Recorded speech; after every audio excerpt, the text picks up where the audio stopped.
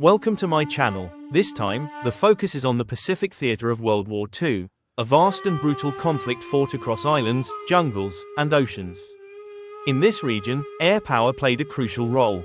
Airfields were often carved out of remote terrain, constantly threatened by attack, and kept operational by the tireless work of ground crews, pilots, and officers. The figures are based mainly on Italeri Japanese infantry sets. From these, I selected the calmer, more relaxed poses, removed the weapons, and modified them to represent airfield ground crew rather than frontline soldiers. With a bit of cutting and reshaping, infantry figures can be convincingly transformed into non-combat personnel.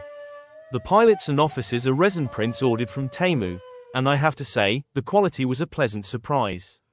The figures have very sharp details, clean edges, and well-defined features, making them an excellent base for painting in 1/72nd scale. The first thing I always do is prime the figures with a brown base coat. This gives me a sufficiently dark foundation to work from. From there, I start building up the other colors step by step, moving from darker tones toward lighter ones. This method helps define the shapes early on and makes it easier to control contrast and depth, especially at 1/72nd scale. I begin by painting the deeper recesses and main contours first, working my way upward. From there, I gradually move on to smaller and finer details. The more precise you can be at this stage, the better the figure will look once the wash is applied. Fine detail work really pays off later, as the wash enhances everything you've already defined rather than trying to hide rough painting. Naturally, the hands of the former infantry figures were empty after removing the weapons.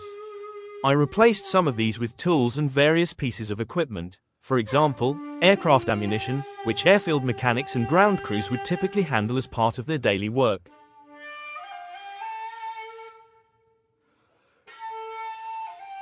Of course, the figures truly came to life once I applied the wash.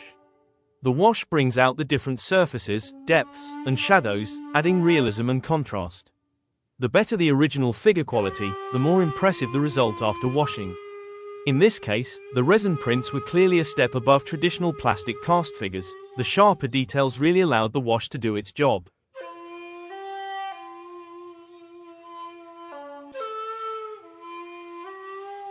On large photos and high-resolution screens, the figures can sometimes look a bit rough, and the paintwork may seem messy. But in real life, a human figure in this scale is only about 20 mm tall. When you look at it with the naked eye, the overall impression and sense of realism are actually very satisfying.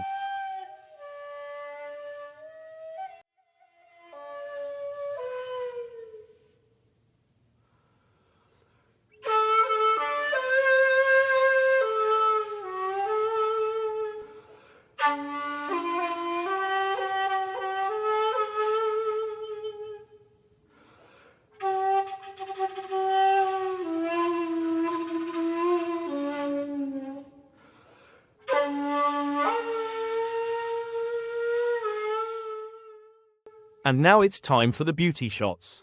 While you enjoy the visuals, I'll continue by telling you a short story.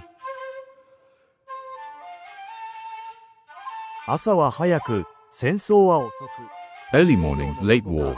Somewhere in the Pacific, on a remote island airfield. It is still dark, but the first light of the rising sun cuts low across the ground.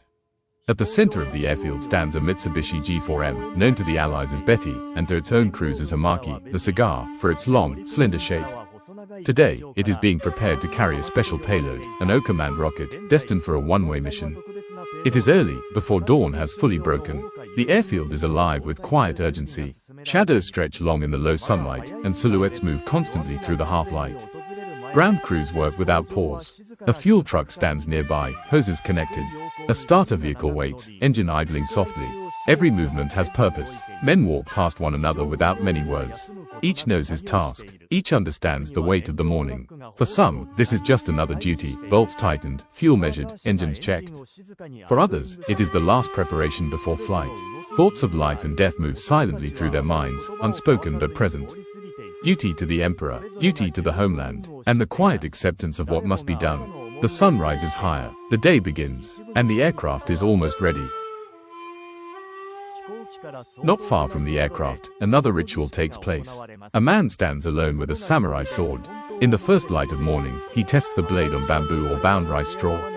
One clean strike. The sword is not meant for battle today. It is a symbol of honor, tradition, and duty. A reminder that even in a war of machines, the spirit of the warrior still matters.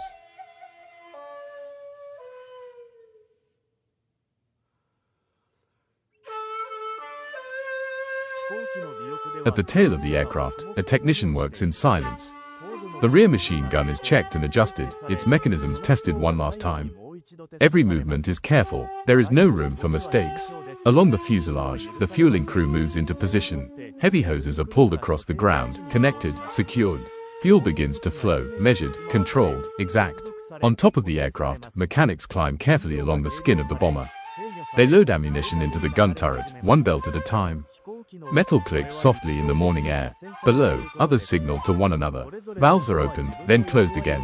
Hands are raised, nods exchanged. This is not chaos. It is practiced routine. Each man knows his role. Each task brings the aircraft one step closer to readiness. The engines are still silent, but the machine is waking up. Near the aircraft, pilots speak quietly with the ground crew. There is no raised voice, no urgency, only brief words and clear gestures. Final details are confirmed. Timing, signals, readiness. Nearby, the starter vehicle is brought into position. The Toyota GB waits, small but essential. Technicians prepare it carefully, knowing the engines will soon depend on it. Tools are set aside. Glances are exchanged. Everything that can be discussed has been said. Everything that can be prepared is nearly done. The moment of action is close now. The ground crew steps back, and the responsibility begins to shift. Beneath the bomber hangs the Oka, a small, manned rocket bomb, simple in shape, absolute in purpose. A technician works carefully around it, making final checks. Once released, the Oka has no return. It is guided by its pilot directly into the target. The weapon was born from desperation. By this stage of the war, Japan faced overwhelming air and naval superiority. The Oka was an attempt to turn speed and sacrifice into a final advantage. In theory, it was devastating. In reality, the slow carrier aircraft was vulnerable long before release. Still, the Oka represents something deeper than technology. It is a weapon shaped by circumstance, and by the belief that duty could outweigh survival. The sake ceremony begins as the night finally releases its grip on the airfield. The last shadows of morning retreat slowly across the ground. The rising sun brings light, but not relief. Men gather in silence. Pilots, officers, and among them, the Oka pilots. Cups are filled. Hands are steady. This is not a celebration. It is a farewell. Sake is shared as tradition demands, a final moment of unity, of calm, of acceptance. Words are few. What matters has already been understood. Regret is not spoken aloud. Doubt is pressed down, buried beneath duty and discipline. Each man carries his thoughts alone. White scarves lift gently in the morning breeze. Samurai swords rest at their sides, symbols of honor, resolve, and an unbroken line to the past. Old traditions endure, even here, among aircraft and engines. For the Oka pilots, the path ahead is clear. There is no illusion of return. Only purpose. They drink, they bow, they stand. The ceremony ends quietly. The sun is now fully above the horizon, and the time for reflection is over. For a moment, everything feels frozen, as if the entire story has been held inside a single second. Men, machines, thoughts, suspended between past and future. The airfield rests in silence. Wide horizons, long shadows. Nothing moves, yet everything is ready. This moment does not belong to time. It exists only once, before sound, before motion, before consequence. Then the engines awaken. The stillness shatters under the first roar. Metal comes alive. Air begins to tremble. What was held back is released. What was prepared now moves forward. There is no turning away. No pause, no return. The moment breaks free, and history begins to move. Working on these figures turned out to be a surprisingly rewarding experience. Painting them, modifying them, and adapting ordinary soldiers from my storage into exactly what this scene needed. Combined with high-quality resin 3D printed figures, they all came together as a single ensemble, no longer separate pieces, but one coherent group sharing the same moment. Once placed on the diorama, they began to feel alive, as if they were no longer just figures, but people with roles, actions, and a story to tell. That sense of movement and narrative is what I wanted to share with you. And as always, if you enjoyed this journey, you know the drill. Like, subscribe, and most importantly, Stay healthy, stay curious, and enjoy your hobbies.